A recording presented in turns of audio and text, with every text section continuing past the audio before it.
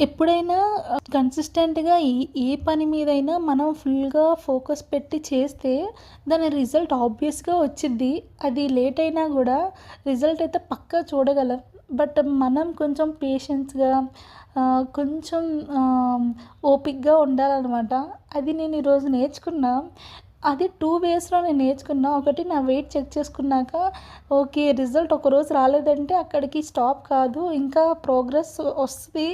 కొంచెం పేషెన్స్‌గా ఉండాలి అని చెప్పి నేర్చుకున్నా. One more thing subscribers. Basically నాకు సబ్‌స్క్రైబర్స్ కొంచెం ఫాస్ట్‌గానే వచ్చారు. 13 డేస్‌లోనే 12 సబ్‌స్క్రైబర్స్ వచ్చారనమాట. బట్ స్టిల్ నేను నిన్న, మొన్న నా వీడియోస్ వ్యూస్ రావడం గానీ ఏం రావట్లేదు. ఏమైందబ్బా సడెన్‌గా అని చెప్పి కొంచెం డిసప్పాయింట్ అయ్యా. Because it is not at all easy job అనమాట.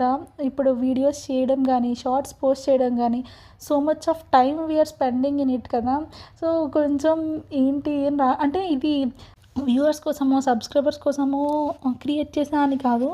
నా ఓన్ జర్నీ నేను చూసుకోవడం కోసమే చేసుకున్నా. బట్ స్టిల్ ఒక మోటివేషన్